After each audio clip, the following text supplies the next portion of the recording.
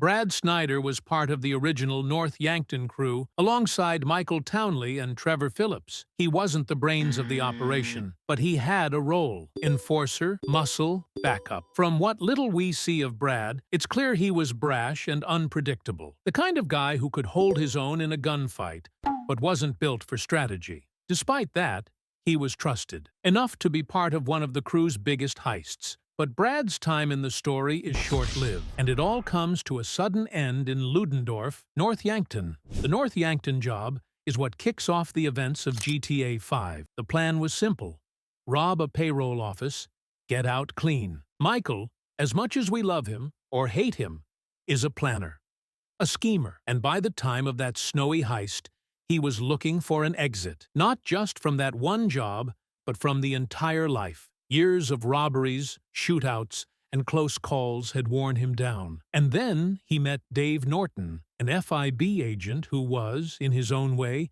just as desperate as Michael. Dave's career wasn't going anywhere.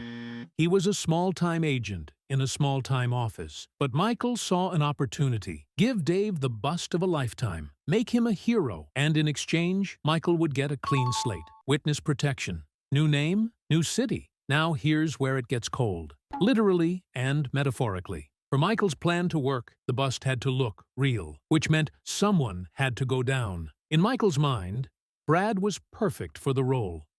Not Trevor. Never Trevor. Because deep down, Michael knew that betraying Trevor would unleash something you couldn't put back in the bottle. But Brad? Brad was useful enough to keep around, and expendable enough to sacrifice. So, when the Ludendorff job began, it was already set up as a trap. Michael, Trevor, and Brad roll in to rob the place. The snowstorm is raging, their faces are covered, and tensions are high. They hit the target, grab the cash, and make their escape. But the cops are already there. This is where Dave steps in, out in the open, gun in hand, ready to take down the crew. Only the plan goes sideways almost immediately. Trevor doesn't know about the deal, so he's fighting like a madman, and then it happens. Brad takes a shot to the chest. Now, if you're thinking, wait, wasn't Brad supposed to survive for the arrest? You're right. The plan was never for Brad to die right there. But when lead starts flying in a blizzard, you can't exactly pause and reset. Brad drops in the snow. And just like that, the dynamic between Michael and Trevor fractures. Here's where Rockstar's writing shines, because instead of showing us the truth, they let Trevor believe the lie. Brad's death is instantly buried under Michael's fake funeral, and Brad's fake imprisonment. For nearly a decade, Trevor thinks Brad is rotting in a federal prison somewhere, sending letters that are actually written by Michael. And if you're sitting there thinking, man, Michael's a piece of work, you're right. He's lying to his best friend's face, all to protect his new life in Los Santos. And here's the real kicker. Brad's body doesn't get moved. It stays in Ludendorff, buried in the very grave meant for Michael. Which means, when you come back to that cemetery later in the game, you're literally standing over the truth. A truth Trevor doesn't want to believe. The game lets you revisit the very spot where the story's biggest lie is buried. And if you're paying attention, you can feel the weight of it. But we have to ask, was Brad's death an accident? Or was it inevitable? The official story says Dave shot him in the crossfire.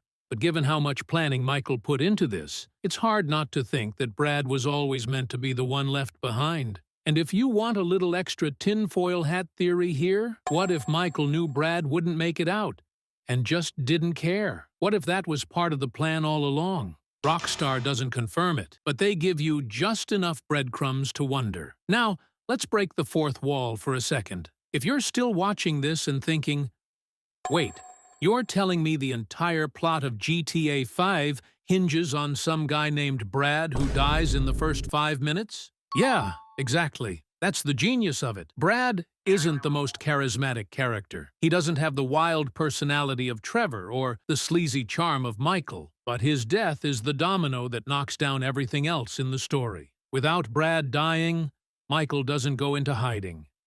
Trevor doesn't spend years thinking his friend is alive, and Franklin never gets tangled up in their drama. When Trevor finally learns the truth, and oh man, that scene, As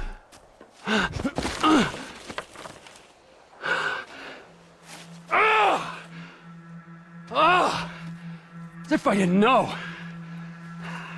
Brad!